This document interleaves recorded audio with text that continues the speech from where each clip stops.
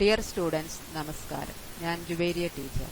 Online learning എന്ന YouTube ചാനലിലേക്ക് എല്ലാവർക്കും ഒരിക്കൽ കൂടി സ്വാഗതം. +1 എക്കണോമിക്സിന്റെ ഒരു പുതിയ ടോപ്പിക്കാണ് ഈ വീഡിയോയിൽ ഉൾപ്പെടുത്തിയിരിക്കുന്നത്. വിദ്യാർത്ഥികൾക്ക് ഏറെ ഉപകാരപ്പെടുന്ന ഈ ചാനൽ എല്ലാ വിദ്യാർത്ഥികളിലേക്കും ഷെയർ ചെയ്യുക. ചാനലിന്റെ ലിങ്ക് ഈ വീഡിയോയുടെ ഡിസ്ക്രിപ്ഷൻ ബോക്സിൽ കൊടുത്തിട്ടുണ്ട്. ഈ വീഡിയോ ലൈക്ക് ചെയ്യുക. ക്ലാസ്സിനെ കുറിച്ചുള്ള നിങ്ങളുടെ അഭിപ്രായം കമന്റ് ചെയ്യുക. ഈ ചാനൽ അപ്ലോഡ് ചെയ്യുന്ന എല്ലാ വീഡിയോകളും നിങ്ങൾക്ക് ഉടൻ തന്നെ ലഭിക്കുവാൻ ഈ വീഡിയോയുടെ താഴെ കാണുന്ന സബ്സ്ക്രൈബ് ബട്ടൺ പ്രസ് ചെയ്യുന്നതോടൊപ്പം തൊട്ടടുത്ത് കാണുന്ന ബെൽ ഐക്കൺ കൂടി പ്രസ് ചെയ്യുക. ഡിയർ സ്റ്റുഡൻസ്, +1 എക്കണോമിക്സിന്റെ ഒന്നാമത്തെ അധ്യായമാണ് ഇന്നിവിടെ അവതരിപ്പിക്കുന്നത്.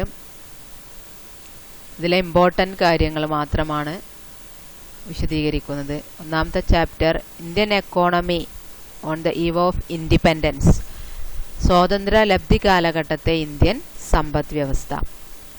നമുക്കറിയാം, ഇന്ത്യക്ക് സ്വാതന്ത്ര്യം ലഭിച്ചത് 1947 ഓഗസ്റ്റ് 15-നാണ്. അതിനു മുമ്പ് തന്നെ ഇന്ത്യയിൽ ബ്രിട്ടീഷുകാരായിരുന്നു ഭരിച്ചിരുന്നത്. 1757 പ്ലാസി യുദ്ധം, the conquest of Plassey in 1757 lasted for about 200 years. British rule ഇന്ത്യയിൽ സ്റ്റാർട്ട് ചെയ്യുന്നത് തന്നെ പ്ലാസി യുദ്ധത്തിന് ശേഷം, അതോടുകൂടി പിന്നെ 200 വർഷക്കാലം. എന്നാൽ അതിന് എൻഡ് 15 ഓഗസ്റ്റ് 1947. ഈ കാര്യം ഓർത്തിരിക്കുക. ഒബ്ജക്റ്റീവ് ടൈപ്പിനൊക്കെ വർഷങ്ങൾ ചോദിക്കുകയാണെങ്കിലും. ദെൻ ഇന്ത്യയിൽ ബ്രിട്ടീഷുകാർ വന്നതിന് ശേഷം ഇന്ത്യൻ്റെ എക്കോണമി എങ്ങനെയായിരുന്നു എന്നുള്ളതാണ് ഈ ചാപ്റ്ററിലുടനീളം ചർച്ച ചെയ്യുന്നത്. Low level of economic development under the colonial rule. Colonial കാലഘട്ടത്തിൽ, ബ്രിട്ടീഷ് ഭരണകാലഘട്ടത്തിൽ ഇന്ത്യയിലെ സാമ്പത്തിക വികസനം വളരെ ലോ ലെവലായിരുന്നു.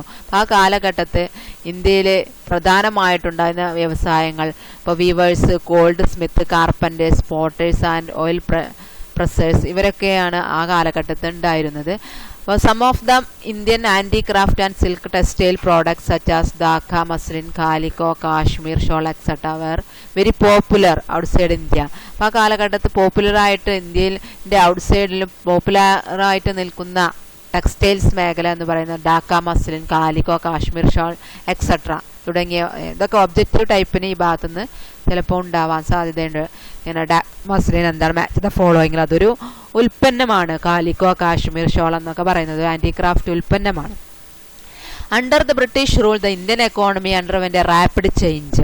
ബ്രിട്ടീഷ് റൂൾ കാലഘട്ടത്തിൽ ഇന്ത്യൻ എക്കോണമി വളരെ ദ്രുതഗതിയിലുള്ള മാറ്റമാണ് ഉണ്ടായിരുന്നത്. The objective of the British rulers was the protection of economic interest of their home country rather than the economic development of India. ബ്രിട്ടീഷുകാരുടെ പ്രധാനപ്പെട്ട ലക്ഷ്യമെന്ന് പറയുന്നത് നമ്മുടെ ഹോം കൺട്രി, അവരുടെ ഹോം കൺട്രി അതായത് ബ്രിട്ടന്റെ താല്പര്യങ്ങൾക്കനുസരിച്ച് ഇന്ത്യയെ ആക്കി മാറ്റുക, അവരുടെ പ്രൊട്ടക്ഷന് വേണ്ടിയിട്ട്. എന്നാൽ ഇന്ത്യൻ വികസനത്തിന് വേണ്ടി മാത്രമായിരുന്നില്ല അവരുടെ ലക്ഷ്യം. പ്രധാനമായിട്ട് 2 objectives, 10 objectives of British rule in India were. ഇന്ത്യയിൽ അവർ 2 ലക്ഷ്യങ്ങളാണ് അവരുടെ ഭരണത്തിനുണ്ടായിരുന്നത്. ഒന്നാമത്തത് to use India as a supplier of raw materials for British industries. ഇന്ത്യയെ ബ്രിട്ടീഷ് ഇൻഡസ്ട്രീസിന് ആവശ്യമായിട്ടുള്ള റോ മെറ്റീരിയൽസ്, അസംസ്കൃത വസ്തുക്കൾ സപ്ലൈ ചെയ്യുന്ന ഒരു രാഷ്ട്രമാക്കി മാറ്റുക. രണ്ടാമതായിട്ട് to convert India into a market for the finished products produced in Britain. ഇന്ത്യയെ ബ്രിട്ടനിൽ നിന്ന് ഇറക്കുമതി ചെയ്യുന്ന ഫിനിഷ്ഡ് അന്തിമ ഉൽപ്പന്നങ്ങളുടെ ഒരു കമ്പോളമാക്കി ഇന്ത്യയെ മാറ്റിയെടുക്കുക എന്നുള്ള 2 ലക്ഷ്യം, ഈ 2 ലക്ഷ്യം മാത്രമായിരുന്നു അവർക്കുണ്ടായിരുന്നത്. അപ്പം ഇന്ത്യയിലേക്ക് കച്ചവടത്തിന് വേണ്ടിയിട്ടാണ് ഇവർ വന്നിരുന്നത്. അപ്പം ഇന്ത്യയിൽ നിന്ന് പ്രാഥമിക ഉൽപ്പന്നങ്ങൾ കയറ്റുമതി ചെയ്യുകയും അവിടെ നിന്ന് ഉൽപ്പാദിപ്പിച്ച് ഫിനിഷ്ഡ് അന്തിമ ഉൽപ്പന്നങ്ങളാക്കിയിട്ട് ഇന്ത്യയിലേക്ക് ഇറക്കുമതി ചെയ്യുക എന്നുള്ള 2 ലക്ഷ്യങ്ങൾ മാത്രമായിരുന്നു അവർക്ക് ഇന്ത്യയിൽ ഉണ്ടായിരുന്നത്. ഇത് ഇന്ത്യയിലുള്ള വ്യവസായ മേഖലയെ തന്നെ, എല്ലാ ഇൻഡസ്ട്രിയൽസിനെ തന്നെ ആകെ താറുമാറാക്കുകയും ചെയ്തു. അതിൻ്റെ ഫലമായിട്ട് ഇന്ത്യയിലുള്ള ആളുകൾക്ക് എംപ്ലോയ്മെൻറ്റ് ഓപ്പർച്യൂണിറ്റീസുകൾ നഷ്ടപ്പെടുകയും ഇന്ത്യയിലെ GDP തന്നെ വളരെയധികം കുറയാൻ കാരണമാവുകയും ചെയ്തു. ആ കാലഘട്ടത്തിൽ, ബ്രിട്ടീഷ് കാലഘട്ടത്തിൽ ഇന്ത്യയിലെ ദേശീയ വരുമാനം കാൽക്കുലേറ്റ് ചെയ്തിരുന്ന പ്രധാനപ്പെട്ട ആളുകൾ Dadabhai Naoroji, William Digby, Findlay Shirras, VK Rao and RC Desai തുടങ്ങിയ ആളുകളായിരുന്നു. അതിൽ തന്നെ മികച്ച കണക്ക് VK റാവുവിൻ്റെ കണക്കായിട്ടാണ് ഏറ്റവും നല്ല മികച്ച കണക്കായിട്ട് അവതരിപ്പിക്കപ്പെട്ടത്. അപ്പം എന്താണ് GDP എന്ന് പറയുന്നത്? ഒരു രാജ്യത്ത് ഉൽപ്പാദിപ്പിക്കുന്ന ആകെ സാധന സേവനങ്ങളുടെ പണാത്മക മൂല്യമാണ് GDP എന്ന് പറയാം, അല്ലെങ്കിൽ നാഷണൽ ഇൻകം എന്ന് പറയാം. Money value of all goods and services produced within a country during a year എന്നുള്ളതാണ് GDP നമുക്ക് ഡെഫിനിഷൻ. അപ്പോൾ ആ കാലഘട്ടത്തിൽ GDP കാൽക്കുലേറ്റ് ചെയ്തതിൽ പ്രധാനിയായിട്ടുള്ളത് Dadabhai Naoroji, William Digby, Findlay Shirras, VK Rao and RC Desai തുടങ്ങിയ ആളുകളായിരുന്നു. അപ്പോൾ ഈ ഭാഗത്ത് നിന്ന് ഒബ്ജക്റ്റീവ് ടൈപ്പിന് ചോദ്യം ഉണ്ടാവാറുണ്ട്. അപ്പോൾ ഏതാണ് ചോദ്യം നമുക്ക് നോക്കാം. അപ്പോൾ ഇവിടെ find the odd one. VK Rao, RC Desai, Amartya Sen, Dadabhai Naoroji. അപ്പോൾ ഇതിൽ ഒറ്റപ്പെട്ടത് വേർതിരിച്ചെഴുതാനാണ്. അതിന് കാരണങ്ങളും ചിലപ്പോൾ ചോദിക്കാം. അപ്പോൾ ഇതിൽ ദേശീയ വരുമാനം കാൽക്കുലേറ്റ് ചെയ്ത ആളുകൾ VK റാവു, RC ദേശായി, ദാദാബായ് നവറോജി. എന്നാൽ അമർത്യ സെൻ അതിലില്ല. അപ്പോൾ അമർത്യ സെന്നാണ് അതിൽ ഒറ്റപ്പെട്ട് കിടക്കുന്നത്. അപ്പോൾ അമർത്യ സെന്ന് നമ്മൾക്ക് ഇന്ത്യയിലെ ആദ്യമായി 1998 ഏഷ്യയിൽ തന്നെ നോബൽ പ്രൈസ് ലഭിച്ചിട്ടുള്ള ആദ്യത്തെ വ്യക്തിയാണ് സാമ്പത്തിക ശാസ്ത്രജ്ഞത്തിൽ. ബാക്കിയെല്ലാ ആളുകളും ദേശീയ വരുമാനം കാൽക്കുലേറ്റ് ചെയ്യാൻ ഉൾപ്പെട്ട ആളുകളാണ്. അപ്പോൾ ഇതായിരിക്കും പിന്നെ ഒബ്ജക്റ്റീവ് ടൈപ്പിന് ഈ ഭാഗത്ത് നമുക്ക് ചോദിക്കുന്നത്. നെക്സ്റ്റ്, ഇന്ത്യയിലെ കാർഷിക മേഖല, ഓരോ മേഖലയും എങ്ങനെയാണ് ബ്രിട്ടീഷ് കാലഘട്ടത്തിൽ എന്നുള്ളതാണ് നമ്മളിവിടെ ചർച്ച ചെയ്യുന്നത്. ആദ്യമായിട്ട് കാർഷിക മേഖല, അഗ്രികൾച്ചറൽ സെക്ടർ. ബ്രിട്ടീഷ് കാലഘട്ടത്തിൽ എങ്ങനെയാണ് കാർഷിക മേഖല എന്ന് നമുക്ക് നോക്കാം. During British period Indian agricultural sector were stagnant. British കാലഘട്ടത്തിൽ ഇന്ത്യയിലെ കാർഷിക മേഖല അധപതിച്ചിരുന്നു എന്നാണ്. അതിനുള്ള പ്രധാനപ്പെട്ട റീസൺസ്, പ്രധാനമായും ഇന്ത്യയിലെ ആളുകളുടെ ലൈവ്ലിഹുഡ്, ജീവിതമാർഗം എന്ന് പറയുന്നത് കൃഷിയായിരുന്നു. കാർഷിക വൃത്തിയിലായിരുന്നു കുറേ ആളുകളും ഏർപ്പെട്ടിരുന്നത്. അഗ്രികൾച്ചറാണ് മെയിൻ ഒക്കുപേഷൻ എന്ന് അറിയപ്പെടുന്നത്. അഗ്രികൾച്ചർ ആയിരുന്നു മെയിൻ ആയിട്ടുള്ള ഒക്കുപേഷൻ. അത് സ്റ്റാഗ്നന്റ് ആവാനുള്ള കാരണങ്ങൾ എന്തൊക്കെയാണെന്ന് നോക്കാം. Major reason for agriculture stagnation, the exploitative land settlement system followed by British rulers നിലനിർത്തിക്കൊണ്ടുപോകുന്ന ചൂഷണാത്മകമായിട്ടുള്ള ലാൻഡ് സെറ്റിൽമെന്റ്, ഭൂനയ പരിഷ്കാരങ്ങൾ. അതിൽ പ്രധാനമായിട്ടും ജമീന്ദാരി സിസ്റ്റമാണ്. ജമീന്ദാരി സിസ്റ്റം ഉണ്ട്, റായത്വാരി സിസ്റ്റം തുടങ്ങിയ സിസ്റ്റങ്ങൾ. ഇന്ത്യയിൽ അവർ കൂടുതൽ കർഷകരെ ചൂഷണം ചെയ്യുകയും അവരിൽ നിന്ന് ടാക്സ് ഈടാക്കുകയും ചെയ്തു. അത്തരത്തിലുള്ള സിസ്റ്റമാണ് ഈ ഭൂനയ സിസ്റ്റങ്ങൾ. രണ്ടാമതായിട്ട് use of low level of technology, സാങ്കേതിക വിദ്യ വളരെ കുറഞ്ഞ രീതിയിലായിരുന്നു ഇന്ത്യയിൽ ഇവർ ഉപയോഗിച്ചിരുന്നത്. മൂന്നാമതായിട്ട് റൂറൽ ഇൻഡെപ്റ്റൻസ്, കടബാധ്യതയിൽ അകപ്പെട്ടവരായിരുന്നു റൂറൽ മേഖലയിലുള്ള ആളുകൾ, ഗ്രാമീണ മേഖലയിലുള്ള ആളുകൾ. Next one, low agricultural productivity, കാർഷിക മേഖലയുടെ ഉൽപാദനക്ഷമത വളരെയധികം കുറവായിരുന്നു. Then use of limited chemical fertilisers, രാസവളങ്ങളുടെ അഭാവം വളരെ കുറവായിരുന്നു. ദെൻ ഇന്നാഡിക്കേറ്റ് ഇറിഗേഷൻ ഫെസിലിറ്റീസ്, ജലസേചന സൗകര്യങ്ങൾ വളരെയധികം കുറവായിരുന്നു എന്നുള്ളതാണ് ബ്രിട്ടീഷ് കാലഘട്ടത്തിൽ. അതിലുപരിയായിട്ട് ഇന്ത്യയിലെ കാർഷിക മേഖലയെ commercialisation in Indian agriculture, Indian കാർഷിക മേഖലയെ ഇവർ വാണിജ്യവൽക്കരിച്ചു. കൊമേഴ്ഷ്യലൈസേഷൻ എന്നുള്ളത് കൊണ്ട് അർത്ഥമാക്കുന്നത് ഇവിടെ എന്താണ്, they were started cultivating cash crop instead of food crops. Food ക്രോപ്സിന് പകരമായിട്ട്, ഭക്ഷ്യവസ്തുക്കൾക്ക് പകരമായിട്ട് ക്യാഷ് ക്രോപ്സ്, നാണ്യവിളകളാണ് ഇവർ കൾട്ടിവേറ്റ് ചെയ്യാൻ പ്രാധാന്യം കൊടുത്തത്. അങ്ങനെ ഇന്ത്യൻ കാർഷിക മേഖല വാണിജ്യവൽക്കരണത്തിന് ഇടയാൻ കാരണമായി കാർഷിക മേഖല. ദെൻ അതേപോലെ തന്നെ another major stagnation, reason for the stagnation is the India-Pak partition of India and Pakistan. ഇന്ത്യയും പാകിസ്ഥാനും പാർട്ടീഷൻ ചെയ്തതോടുകൂടി കൂടുതൽ ഭാഗം കൃഷിക്ക് അനുയോജ്യമായിട്ടുള്ള മേജർ പാർട്സുകളും എന്ത് ചെയ്തു, പാകിസ്ഥാനിലേക്ക് അകപ്പെടുകയും അങ്ങനെ ഇന്ത്യയിലെ കാർഷിക മേഖല അധപതിക്കാൻ കാരണമാവുകയും ചെയ്തു എന്നുള്ളതാണ്. പ്രധാനമായിട്ട് ഈ ഭാഗത്തുനിന്ന് എക്സാമിന് ചോദ്യം ഉണ്ട്, 3 മാർക്കിന് ചോദിക്കുന്ന ചോദ്യമാണ്. What are the reason for stagnation of Indian agriculture during British period? ഇതേപോലെ during the colonial period agriculture sector was under stagnation. Do you agree with this statement? Substantiate. British കാലഘട്ടത്ത് കാർഷിക മേഖല അധപതിച്ചിരുന്നു, നിങ്ങൾ ഇതിനോട് യോജിക്കുന്നുണ്ടോ? വയസ് എന്ന് എഴുതുക, എന്നിട്ട് ആ റീസൺസ് എഴുതുക. അത് 3 മാർക്കിന് ഉള്ള ചോദ്യം എന്ന് പറയുന്നത്. ഇനി കാർഷിക മേഖല കഴിഞ്ഞാൽ പിന്നെ ഇതിൽ zamindari system, ryotwari system, mahalwari system എന്താണെന്ന് മനസ്സിലാക്കുക. അത് എക്സാമിന് ഡിഫൈൻ എന്ന് പറഞ്ഞ് ചോദിക്കാറൊന്നുമില്ല. ദെൻ നെക്സ്റ്റ് ഇൻഡസ്ട്രിയൽ സെക്ടറാണ് എക്സാമിന് ചോദിക്കുന്നത്. ഇൻഡസ്ട്രിയൽ സെക്ടറിലെ ബ്രിട്ടീഷ് കാലഘട്ടത്തിൽ ഇൻഡസ്ട്രിയൽ സെക്ടർ വികസനമുണ്ടായിരുന്നു എങ്കിലും ആ വികസനം അത്ര തന്നെ ഉണ്ടായിരുന്നില്ല. അതിൽ പ്രധാനമായിട്ടും പറയുന്നു mechanisation led to massive unemployment of people employed in traditional handicraft and cottage industry. Machine വൽക്കരണം, യന്ത്രവൽക്കരണം മൂലം മാസീവായിട്ടുള്ള തൊഴിലില്ലായ്മയാണ് ജനങ്ങൾക്കിടയിൽ ഉണ്ടായത്. പ്രധാനമായിട്ടും അന്ന് നിലനിന്നിരുന്ന ട്രഡീഷണൽ ആയിട്ടുള്ള പരമ്പരാഗതമായിട്ടുള്ള ഹാൻഡിക്രാഫ്റ്റ്, കൈത്തറി വ്യവസായം, അതേപോലെ കോട്ടേജ് ഇൻഡസ്ട്രീസ് തുടങ്ങിയവയെല്ലാം ജനങ്ങൾക്ക് മെഷീൻ യന്ത്രവൽക്കരണം വന്നതോടുകൂടി തൊഴിൽ നഷ്ടപ്പെടുകയും അങ്ങനെ തൊഴിലില്ലായ്മ നിലനിൽക്കുകയും ചെയ്തു. അതുകൊണ്ട് തന്നെ അവർ ലോക്കലി സപ്ലൈ ചെയ്യുന്ന വസ്തുക്കളിൽ കൺസ്യൂമേഴ്സിനെല്ലാം ബുദ്ധിമുട്ട് അനുഭവപ്പെടുകയും ചെയ്തു. എന്നാൽ second half of the 19th century modern industry began to take root in India. ഇന്ത്യയിൽ മോഡേൺ ആയിട്ടുള്ള ട്രഡീഷണൽ ഇൻഡസ്ട്രീസ് എല്ലാം പോയി മോഡേൺ ഇൻഡസ്ട്രീസ് ആണ് വളർന്നു വന്നത്. അത് പ്രധാനമായിട്ടും തുടക്കം initially cotton industries in Maharashtra. തുടക്കത്തിൽ മഹാരാഷ്ട്രയിൽ കോട്ടൺ ഇൻഡസ്ട്രീസ്, മഹാരാഷ്ട്രയിലും ഗുജറാത്തിലും, അതായത് അന്നത്തെ Bombay presidency, and jute industries in Bengal were established.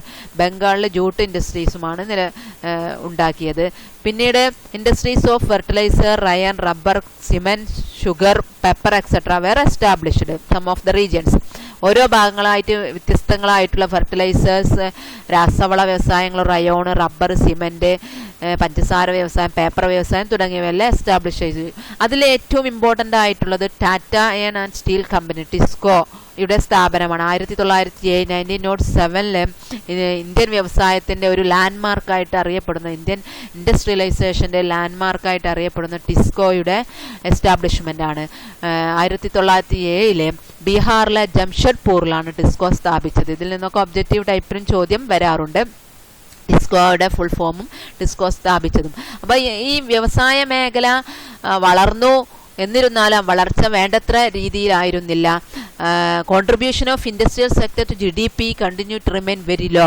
GDPയിലേക്ക് industrial സെക്ടറിൽ നിന്നുള്ള സംഭാവന വളരെയധികം കുറവായിരുന്നു എന്നുള്ളതാണ്. ഇൻഡസ്ട്രിയൽ സെക്ടറിൽ നിന്നുള്ള GDPയുടെ സംഭാവന അറൗണ്ട് 13% മാത്രമായിരുന്നു. Most industries are in the private sector. കൂടുതൽ പ്രൈവറ്റ് സെക്ടറിലായിരുന്നു ഉണ്ടായിരുന്നത്. Operation of public sector undertaking was confined only to railways, power generation, communication, ports and some other department. വളരെ ചുരുങ്ങിയ ഡിപ്പാർട്ട്മെന്റുകൾ, റെയിൽവേ, അതേപോലെ കമ്മ്യൂണിക്കേഷൻ, തുറമുഖം തുടങ്ങിയ ചുരുങ്ങിയ ഡിപ്പാർട്ട്മെന്റുകളിൽ മാത്രം ഒതുങ്ങിക്കൂടിയിരുന്നു ഇന്ത്യയിലെ പബ്ലിക് വ്യവസായങ്ങൾ. Most of them private sector ആയിരുന്നു എന്നുള്ളതാണ്. അപ്പോൾ ഇന്ത്യയിലെ വ്യവസായ മേഖല വളർന്നുവെങ്കിലും അതിൻ്റെ വളർച്ച അത്ര തന്നെ പുരോഗതി ഉണ്ടായിരുന്നില്ല. അപ്പോൾ ഈ ഭാഗത്ത് നിന്ന് എക്സാമിന് നമുക്ക് ചോദ്യം വരാറുണ്ട്. ഇന്ത്യൻ വ്യവസായ മേഖലയെക്കുറിച്ച്, വ്യവസായ മേഖലയിൽ അധപതനം എങ്ങനെയായിരുന്നു നോക്കാം നമുക്ക്. Critically evaluate, 6th question, critically evaluate the following statement. During the second half of 19th century modern industry began to take root in India but its progress remained very low. 19ാം നൂറ്റാണ്ടിൻ്റെ പകുതി ആയപ്പോഴേക്ക് ഇന്ത്യയിൽ മോഡേൺ ഇൻഡസ്ട്രി വളർന്നു വന്നു, എന്നാലും ഇതിൻ്റെ progress very low, വളരെ കുറവായിരുന്നു. 4 മാർക്കിന് ക്രിട്ടിസൈസ് ചെയ്താണ് ഇതിൽ നിന്ന് ചോദ്യം വരാറുള്ളത്. അതേപോലെ തന്നെ ഒരുമിച്ച് ചോദിക്കാറുണ്ട് ഓരോ സെക്ടറിൻ്റെ, അഗ്രികൾച്ചറൽ, ഇൻഡസ്ട്രിയൽ, ഫോറിൻ ട്രേഡ്, അങ്ങനെ ഓരോ സെക്ടറിൻ്റെയും ചോദ്യങ്ങൾ ഒരുമിച്ച് 6 മാർക്കിനും ചോദ്യം വരാറുണ്ട്. അപ്പോൾ ക്രിട്ടിസൈസ് ചെയ്തുകൊണ്ട് 4 മാർക്കിന് ഈ ഭാഗത്ത് നിന്ന് ചോദ്യം ഉണ്ടാവുമെന്നുള്ളതാണ്. ദെൻ നെക്സ്റ്റ് ഫോറിൻ ട്രേഡ്, വിദേശ വ്യാപാരം എങ്ങനെയാണെന്ന് നമുക്ക് നോക്കാം.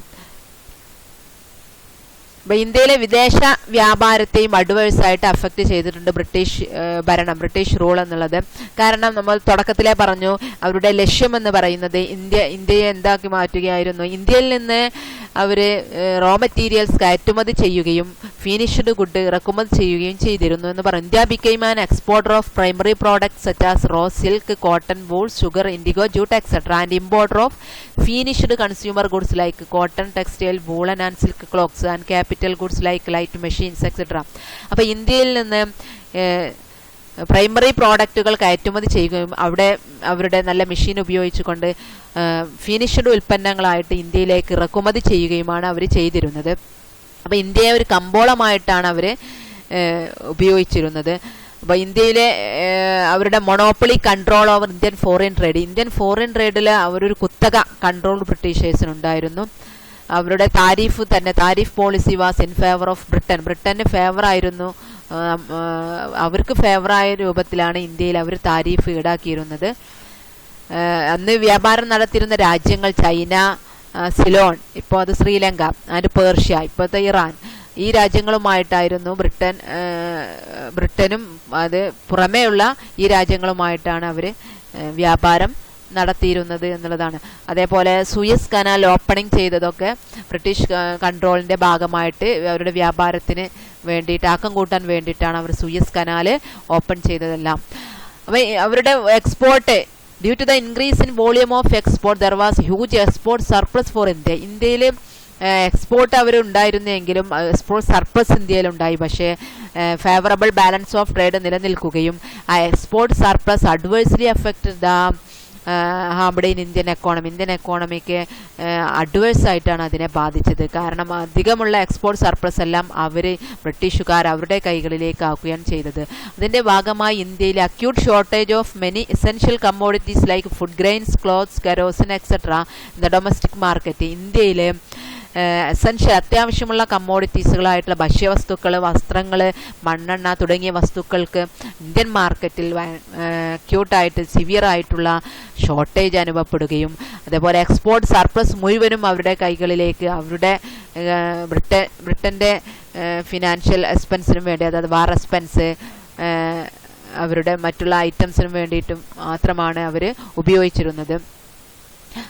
ഇന്ത്യയിലേക്ക് കയറ്റുമതി ചെയ്യുമ്പോൾ രാജ്യത്തിന് ലഭിക്കുന്ന ഫ്ലോ ഓഫ് ഗോൾഡ്, സിൽവർ ഇതെല്ലാം ഒഴിവാക്കിക്കൊണ്ട് അതിൻ്റെ എല്ലാം ബെനഫിറ്റ് ബ്രിട്ടീഷുകാരുടെ കൈകളിലേക്കാണ് പോയിരുന്നത്. ഇതാണ് ഫോറിൻ ട്രേഡ് എന്നുള്ള ഭാഗത്ത് നിന്ന് നമുക്ക് ഇമ്പോർട്ടൻ്റ് ആയിട്ട് ഉള്ളത്. അപ്പോൾ ഈ ഭാഗത്തു നിന്ന് എക്സാമിന് വിദേശ വ്യാപാരവുമായി ബന്ധപ്പെട്ട് എന്താണ് ചോദ്യം നമുക്ക് നോക്കാം. ഫോറിൻ ട്രേഡുമായി ബന്ധപ്പെട്ട ചോദ്യം.